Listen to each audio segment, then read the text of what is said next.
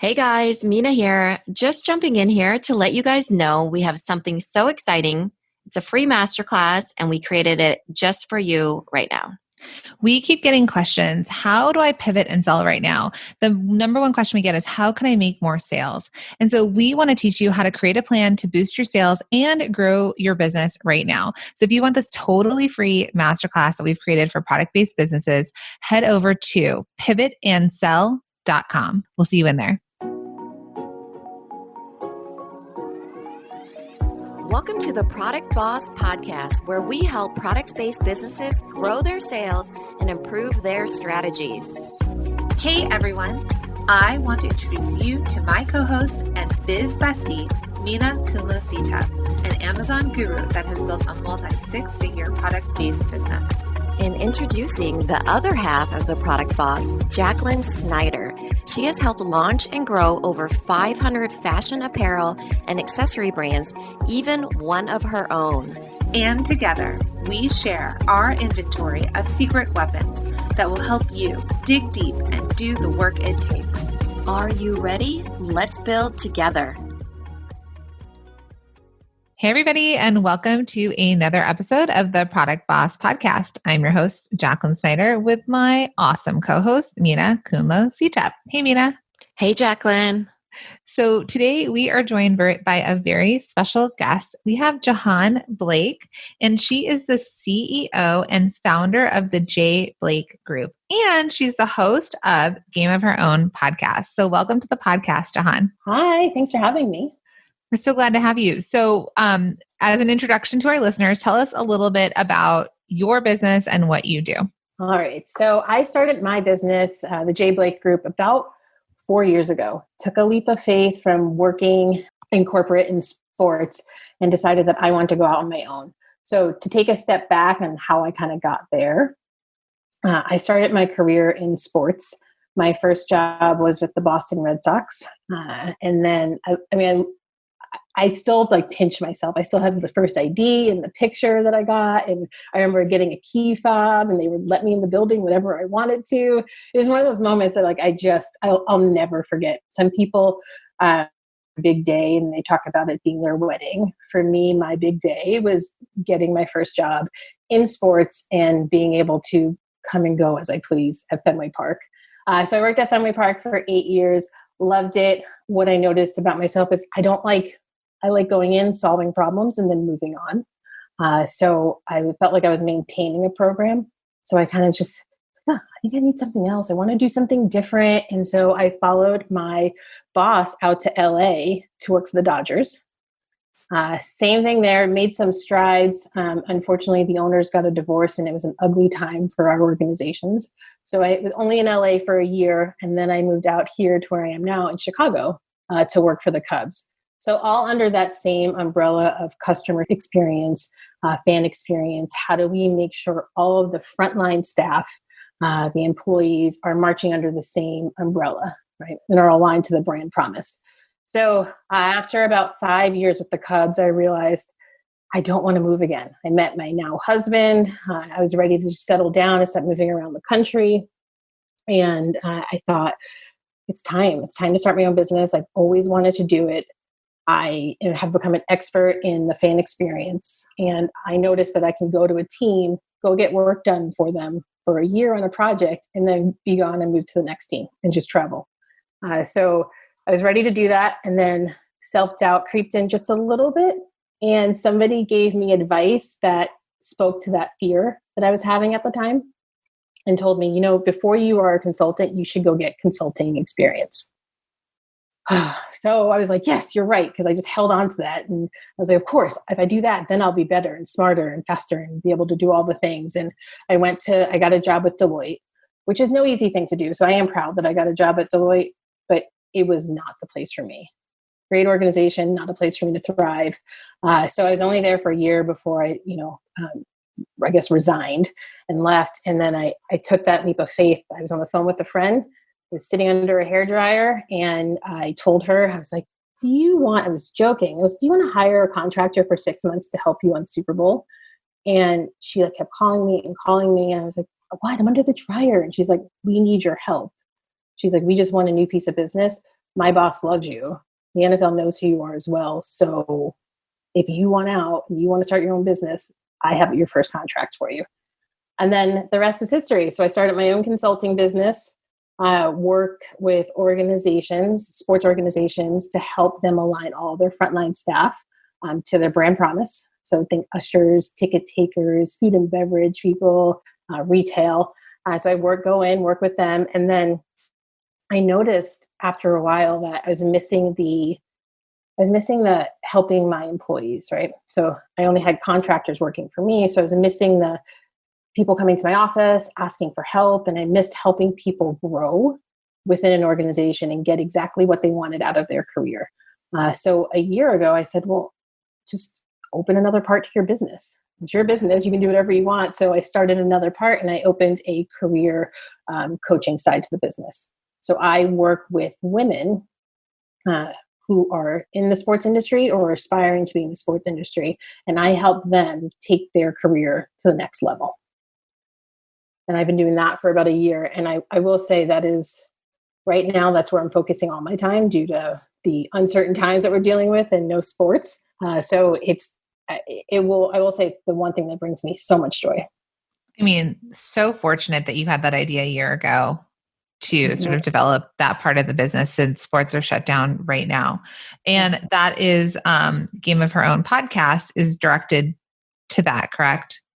Yes, exactly. So it highlights women in sports who are directors and above, and it highlights their journey to where they are now and how they got there. And all of the lessons they've learned along the way, they're willing to just share that and empower other women as they're doing the same thing.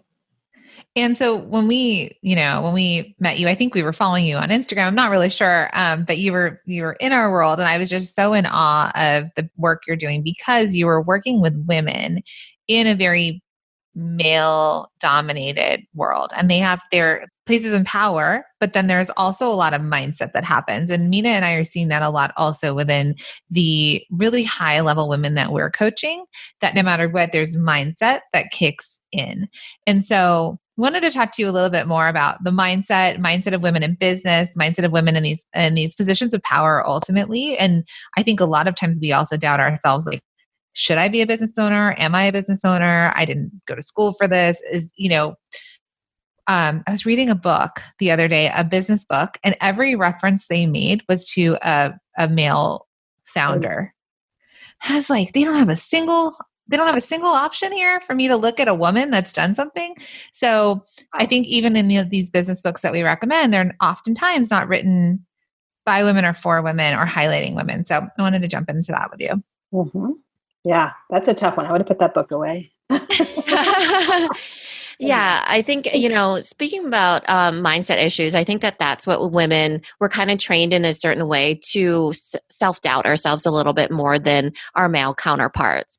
Are there things that you see at this level of women, even this level of women, because this is like top level women, right, that you work with? What are you seeing when it comes to their areas of mindset that you have to help them work through?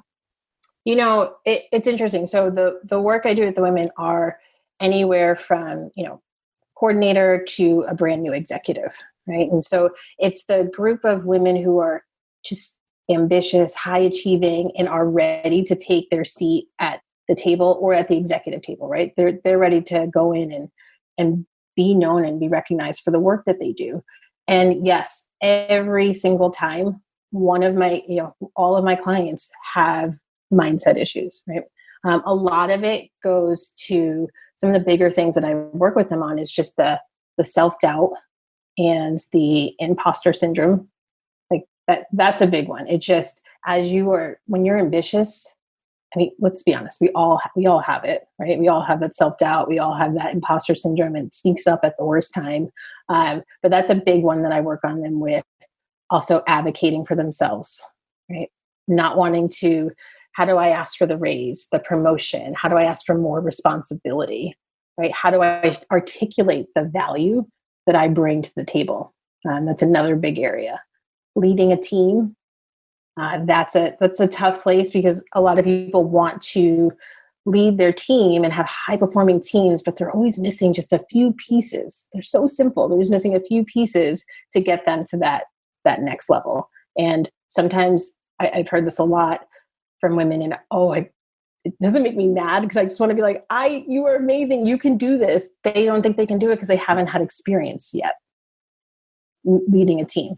And when I look at my male counterparts and men that I have worked with, it was almost like they wanted the job more because they didn't have the experience. Like they were just like, I got it. Like, and they kept it a secret. They didn't tell anybody, and they just went in and they got it done. And so I know women can do the same exact thing, and if not better. And then work-life balance is a big one, and navigating internal politics. So those are like the 5 areas that I really work with my clients on. What is navigating internal politics? Good question. So a lot of times, I'll give an example. I'm a storyteller, so forgive me. But when I was hired to work for the Red Sox, Dodgers, Cubs, it was always to implement change. Right? Something's not working with our fan experience. We need you to come in and help us make change. And of course, there's a lot of resistance to change, especially from people who have been there for a long time.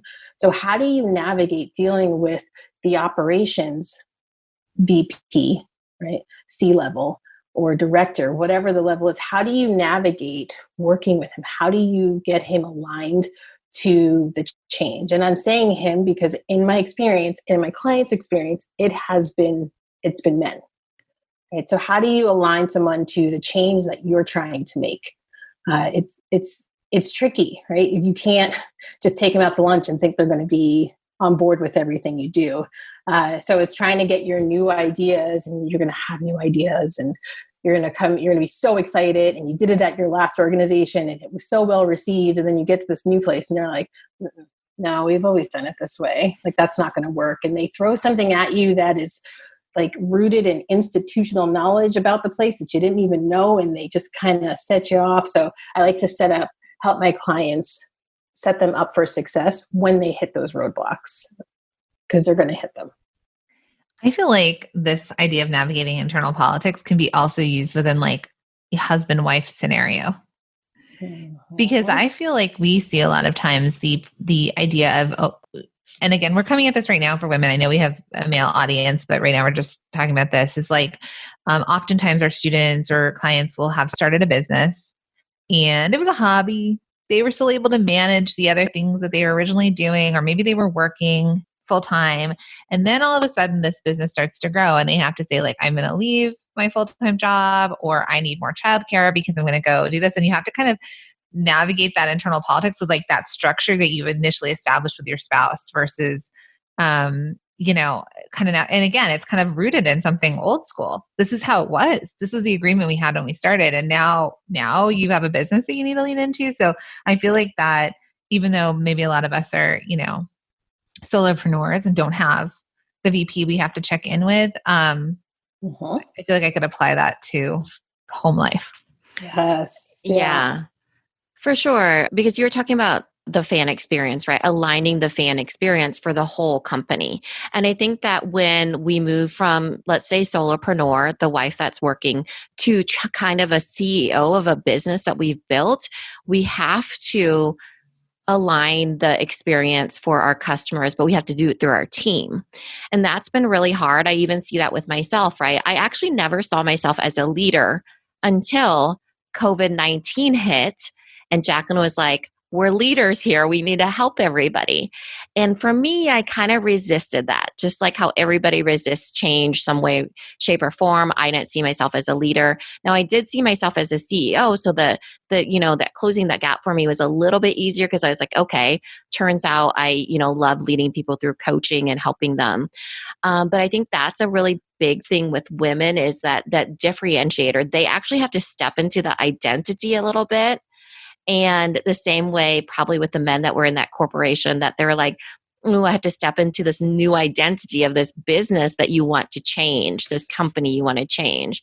So how do you, with your clients now, is it a continual process? What do you have them work on first when it comes to helping them, through these roadblocks? So we're still on navigating internal politics. When it comes to that, it's understanding who all the players are.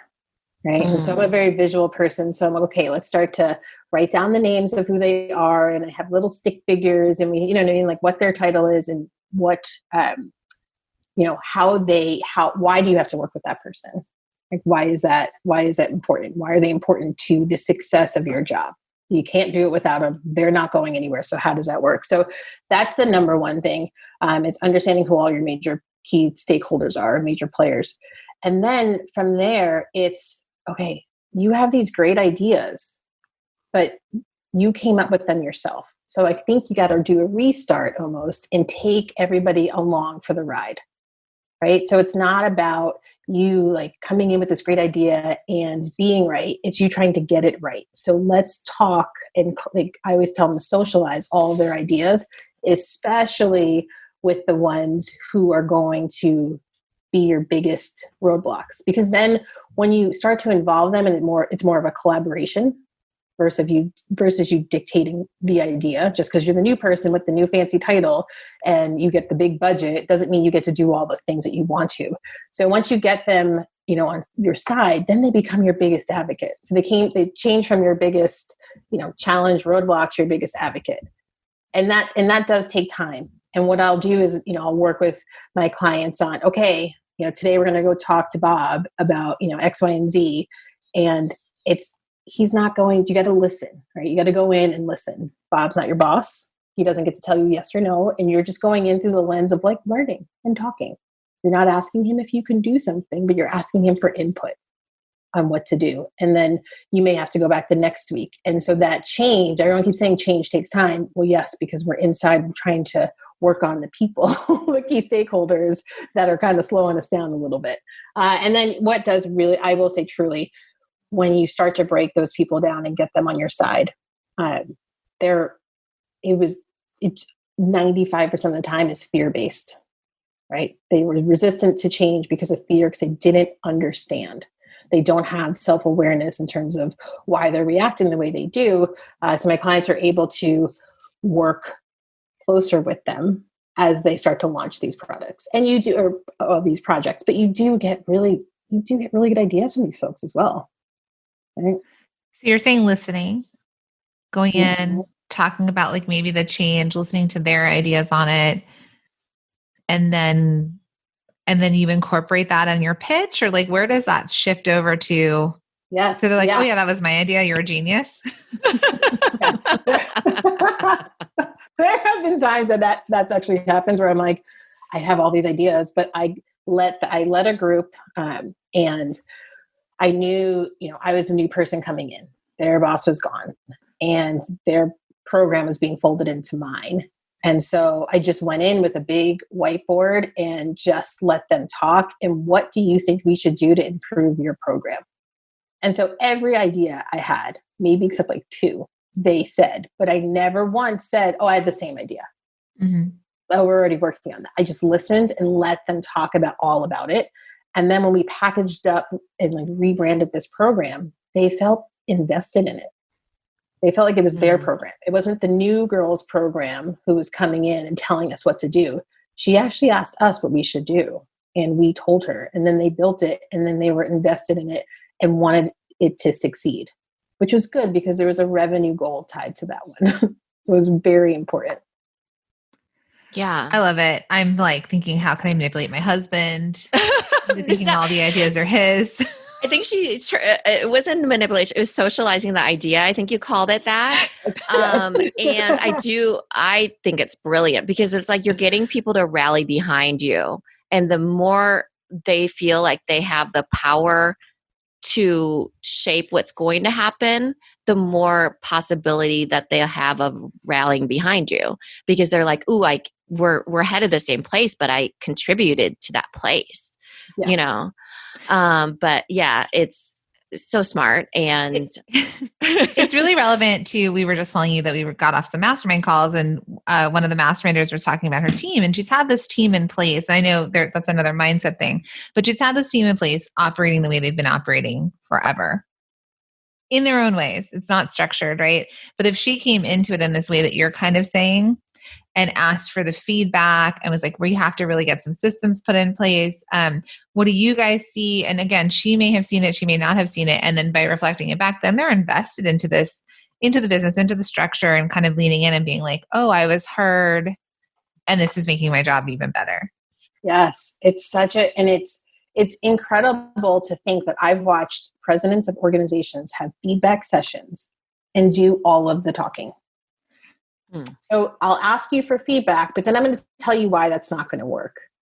Right. Mm-hmm. And so it defeats the purpose. So when I go in, it's all right, here are the topics I want to talk about. Here, and then we always have an open one just for anything we didn't think of. And then, talk to me, say whatever's in your mind. And I'm their secretary. I'm writing it down. And asking them questions and probing. And even if I know, yeah, okay, we're already doing that, but let me ask some more. And then sometimes I get good ideas out of it too. And then at the very least, everyone's invested. But the key is, and I think some people miss the mark because they're the leader, they're the boss, they're the CEO, right? And this is their baby. They want to defend things that are happening already, or say why they can't do something in that moment. And that it's not the time, it's the time for your employees to tell you what to do. Yeah. Also, I love that you said that resetting the team. I think even the example that Jacqueline was giving, there's probably right now is probably when she needs to reset her team, right? And we feel that in different ways of, if there's things falling through the cracks, you do need that reset. But it's how do you do it? And so just having this, okay, I feel like the team needs a reset. Things are happening that I don't want to happen. So what do I need to do? Well, feedback meeting. That's step number one. And that is brilliant because then people can contribute where they're seeing the cracks and how they can be filled. Exactly. Okay. So let's talk about some of these other things that some of your clients are dealing with in terms of these ideas of these, 5 or 6 high level mindset issues. So another big one is sort of that self-doubt and imposter syndrome. Mm. I will say something you touched on before, which Minna and I talk about, is the idea. I think Minna had read it somewhere where a job position is open and a man could be 70% qualified for it, but he's like, I've got it, I'm good. Mm-hmm. And a woman can be 70% qualified for it. And she's like, I'm not 100% yet. So I'm not appropriate for this. I need to learn that 30%. I need to get a degree. I need to, she's looking at where she doesn't meet up. And the man is thinking, I'll just figure it out. I'm pretty much perfect. 70%. What is that? A C level, Yeah. Yes. So we see that a lot, right? There's that self-doubt that comes in, and there's that we're always looking at the void or the lack versus the abundance that we actually do have that we're bringing to the table. So would you mind talking to our listeners a little bit more about that?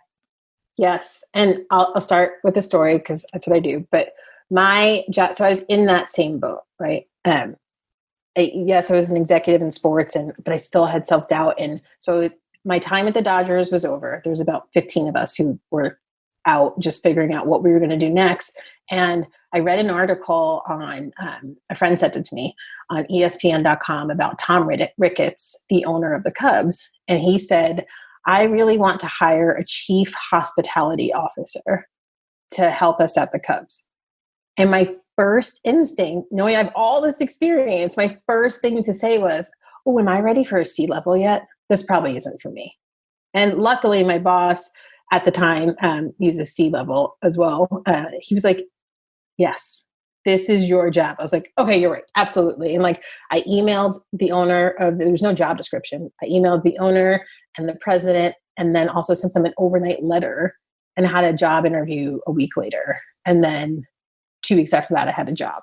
But my first instinct was to say, well, okay, I'm an executive, but I'm not C-level yet. So I don't know.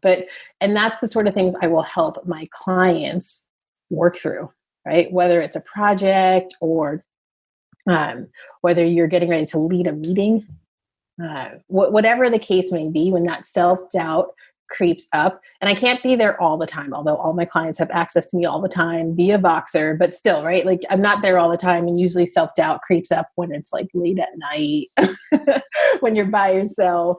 And so what I always tell them to do is get really curious about why you're feeling that way, right?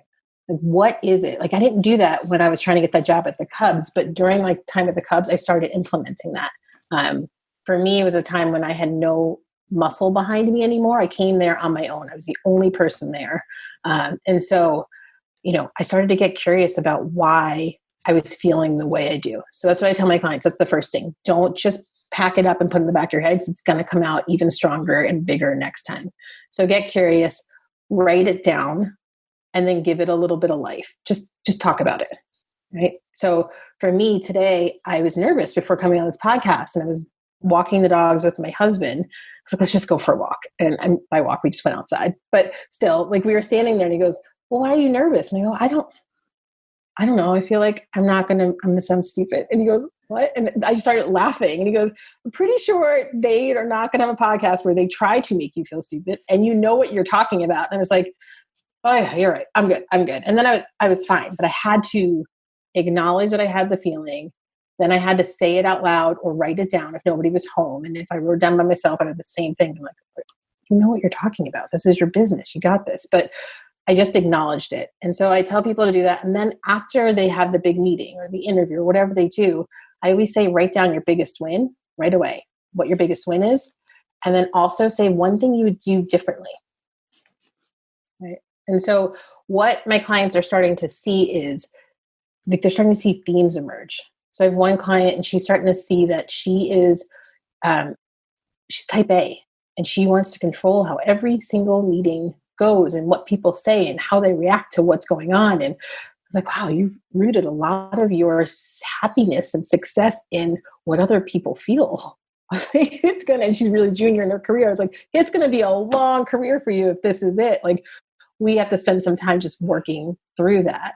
And so I was like, you're creating your own playbook is what I call it. So let's create this playbook together, and we're going to work through it.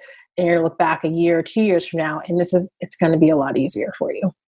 You're going to always have self-doubt, but you're going to be able to manage it to the point where this becomes routine for you. I mean, I think you're a genius, P.S. So do I. So many of these things you're saying are like light bulb moments, and I'm sure our listeners feel the same way. So here, let me just ask you a question. It's a total side note, but how did you become so smart at this whole mindset thing? Was it just because you worked your way through it? Because these points that you're giving are so incredibly useful and so systemized in a way. Is it just the way that you think and you were able to kind of document it and then teach other women? Yeah. So it's the way, it's natural to me. Mm-hmm. So I would just do things to always just like want to, like, how do I self-care? How do I make myself feel better? And I think this is part of the reason why I wanted to start being a coach, is because I recognized that I was getting in my own way, and I wanted a coach, but there was no coach for like directors. It was like high level executive coaching. And I was like, you need coaches to help people get to the next level. This is where people are falling off or leaving and going and starting a different career. So that's where I need help. So I couldn't afford an executive coach, and other people had the opportunity within my organization to get a coach. And so I just was like, okay, I'm going to just intuitively would start, writing things down, talking about misses, talking about wins. And this is kind of before Instagram was what it is now. There was no coaches and people talking about journaling and all this stuff. So I just would try things out. And the great thing about it is I had a really big team.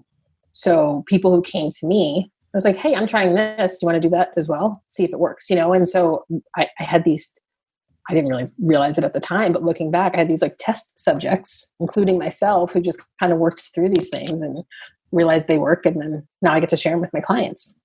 It's amazing. I think it also is aligned with the fact that you're in the sports industry, because there's such a elite mental game. to people that are really excel, like the Olympians, for instance, use a lot of visualization. I think it's really natural to you because when you speak, you talk about the playbook, you talk about the next steps, you talk about the next barrier. And for us, I think using that metaphor or using that parallel image in our minds is super helpful. I don't see myself as an elite, athlete by any means, but definitely have similar mindset issues when it comes to getting to the next level. And whether that next level for other people would be, an athletic ability or Olympics or whatever. For the solopreneur, even the maker, a lot of times it is just thinking about that next level of business that they're reaching for and what it takes to get there.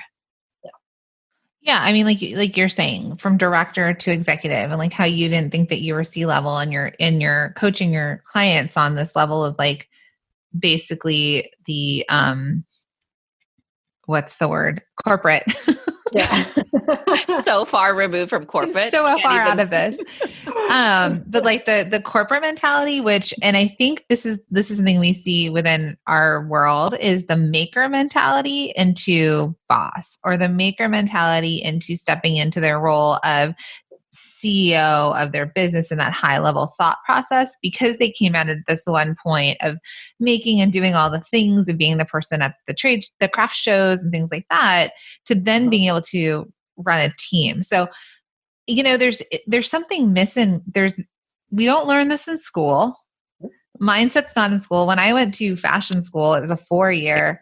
Only in our senior year did they touch on business.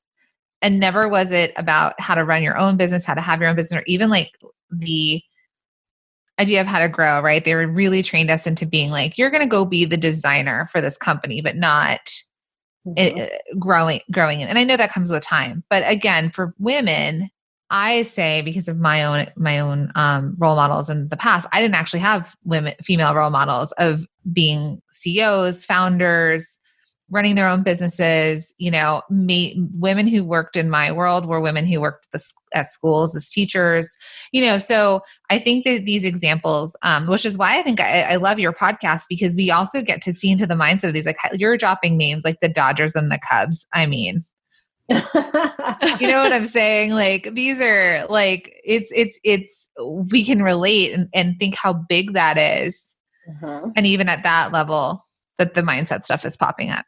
Yes, at all levels. And it's so interesting because I've had people tell me like, well, I'm not even in sports and I don't want to get into sports, but the stuff that women are talking about applies across like the board, across industries. Like, so I find it really interesting, especially to hear women at VP levels. I'm about to interview my first C-level. So there's a new podcast, so we're on episode 12, but it's so exciting to hear all the women and we talk about the same stuff, but how they handled it unique to them. Mm-hmm. Do you work with women? Do you coach other women that are not necessarily in the industry? Yes. So I will work with women outside of sports for sure. I've had some people reach out to me and just like, I need help, especially in sports. And I really should say sports and entertainment, because that's where I find there's a lot of similarities. Amazing. Yeah. So one other one I just wanted to touch on really quickly was the idea of the mindset of like the work-life balance. More as a selfish question. Not so selfish. I think it's for everybody. I don't think everybody has a grasp of that.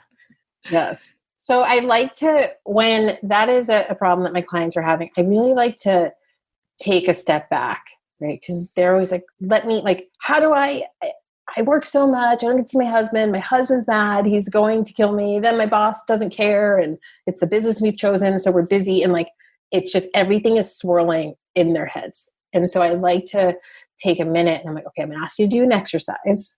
And I just need you to slow down for 1 minute. I promise once we do it, we can move full steam ahead really quickly, but it's getting clear on what's important to you.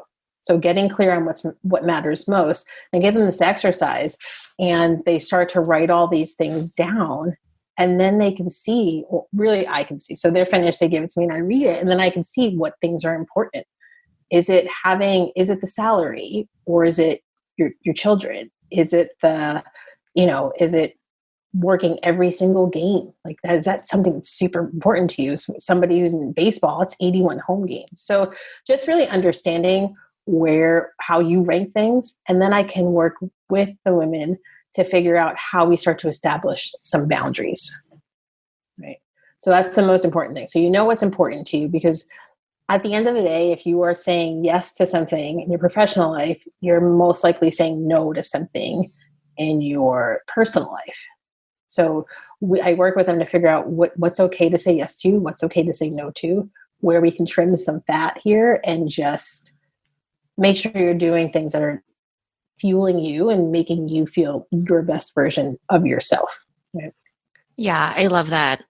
I think a lot of women, myself included, deal with guilt. Like when you do that priority list, you feel a little bit guilty of how things stack up because like for me at least, I feel like I need business because it's a part of me, but that doesn't mean that I love my children less, So I think that that's what we see pop up a lot of times for women versus men, because they don't deal with the same guilt of, well, does this mean this then?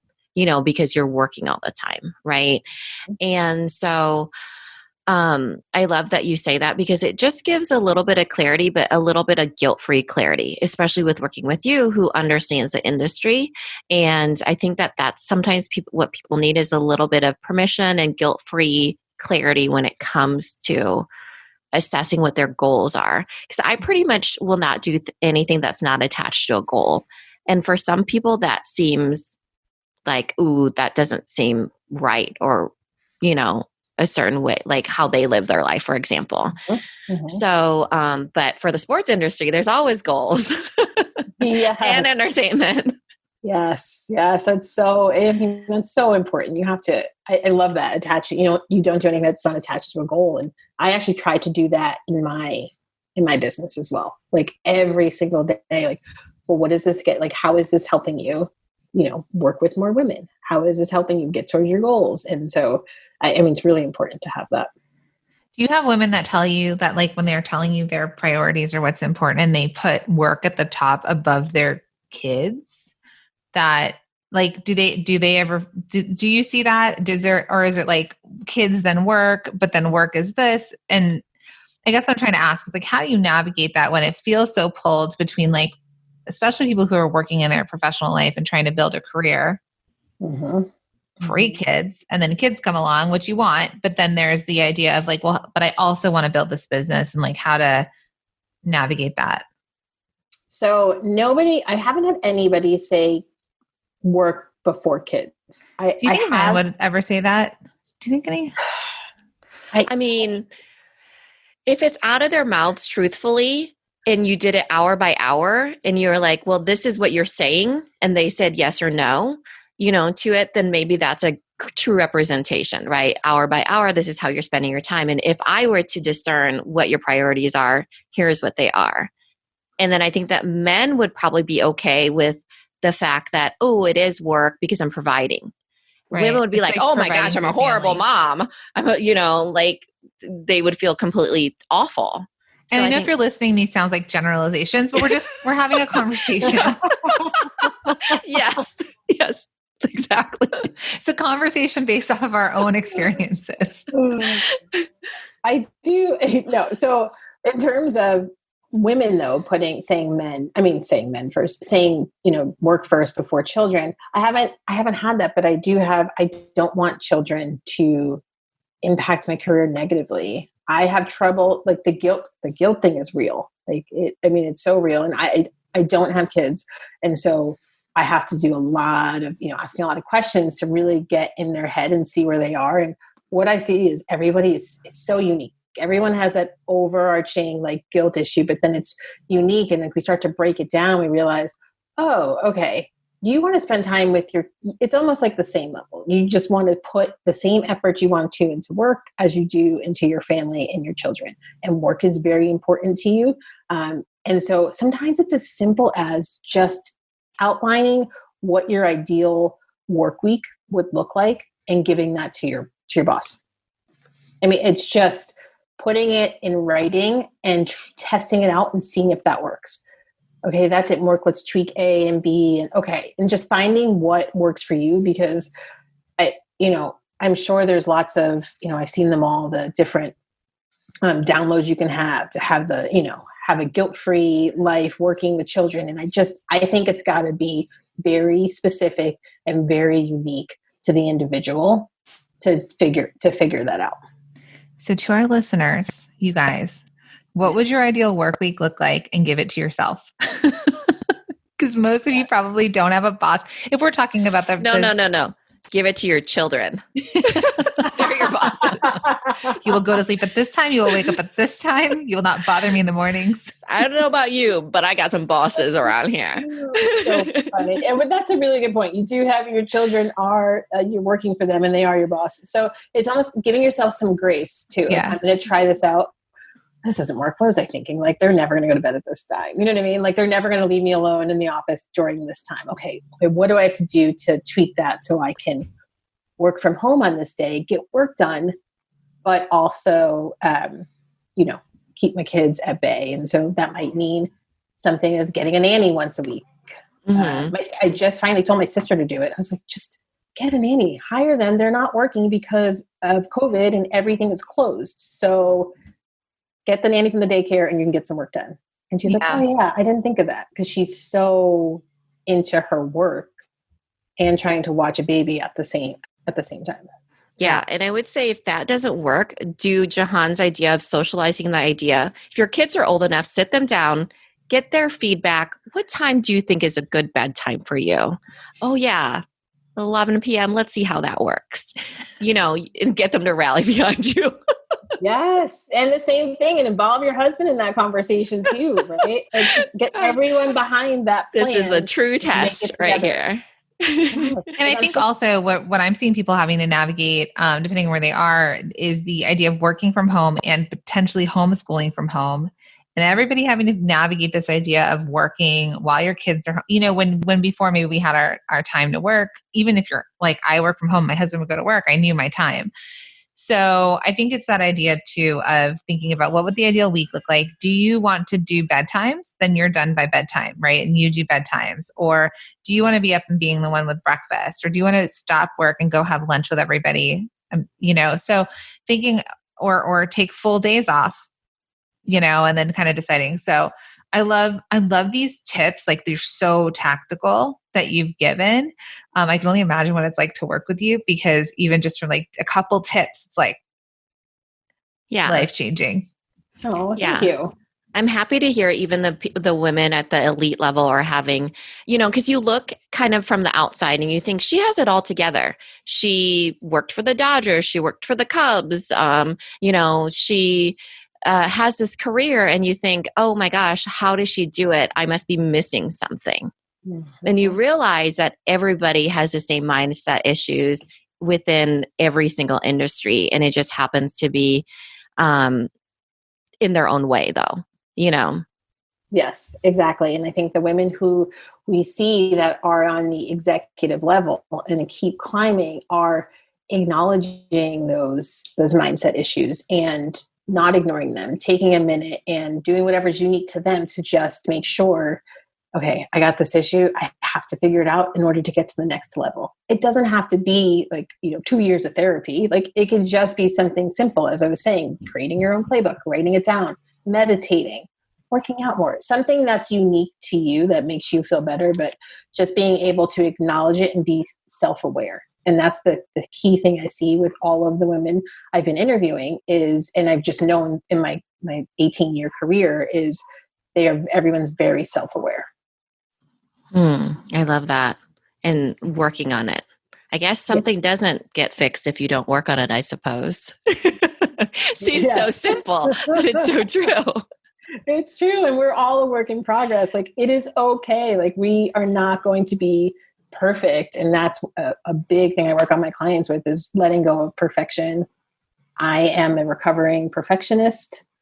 Life is so much better now that I have acknowledged that is one of the roots of some of the stress and unnecessary anxiety that I had, throughout my whole career. And once I let go of that perfectionism things you ever, just out of curiosity, because I hear that all the time, I'm a recovering perfectionist, that saying. I've never heard it from a man ever.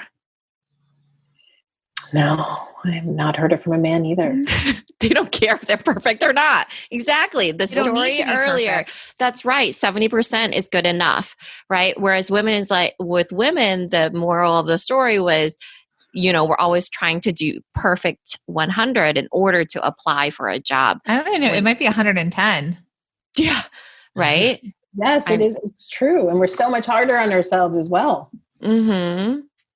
So we're highlighting all of these things just from a mindset perspective to kind of bring this forward. And I know that everyone has their own opinions here and has their own mindset things. And so hopefully this resonates with a lot of you. Jahaan, we asked some questions at the end of our podcast. They're quick fire. Are you ready? I'm so excited. Yes. Okay. And some of these may or may not apply during a time of COVID, but let's go back to a time pre-COVID when we could leave our houses and go places. Yes. So what is your coffee order? Oh, my coffee order actually is an iced coffee from down the street with 2 pumps of hazelnut. Delicious. So what is the favorite thing on your desk? Favorite thing on my desk, I would say, is my Post-its. If you can see how many packs of Post-its I have, and my wall is full with them. So I always have an idea and I have to get it out of my head in order to keep working on whatever I'm working on. So I would say Post-its for sure. I think that might be another thing I might do is start to just write. I mean, it's like sometimes maybe you don't boxer and like, okay, I'll start boxering myself. Yes, that's what this is. These are boxers. But I love you phrased something earlier and you said you need to vocalize something to give it life and then you're able to see it. And I love how you phrase that because I think that that's a lot of times what people have to do. Mm-hmm. I've never heard it explained that way. So I love that. It's swirling in your head and it's just, you don't understand it because it's just up here. And once you say it out loud or write it down, it kind of gives it life and you can actually start to knock it down, if you will. Mm-hmm. Amazing. Okay. So finish this sentence. When I pick up my phone, I go to Instagram. That's like the winning answer. So bad. You wish you knew how to. I really wanted to say fly. I don't know why. That was the first thing that came to my mind. Amazing. I know that's not realistic, but I would love to fly. What was the last show that you binge watched? Ooh, Insecure. Good one. I haven't heard of that one.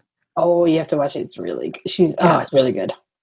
What should the title in your email signature actually say? This is the clean podcast. We're not allowed to curse. So I would say, why don't we just say boss? Okay. This was the part that you were going to curse at. And then and this is actually kind of appropriate, but maybe you don't. So it might be a past question or even now. Do you have an alter ego or stage persona? Oh, I don't.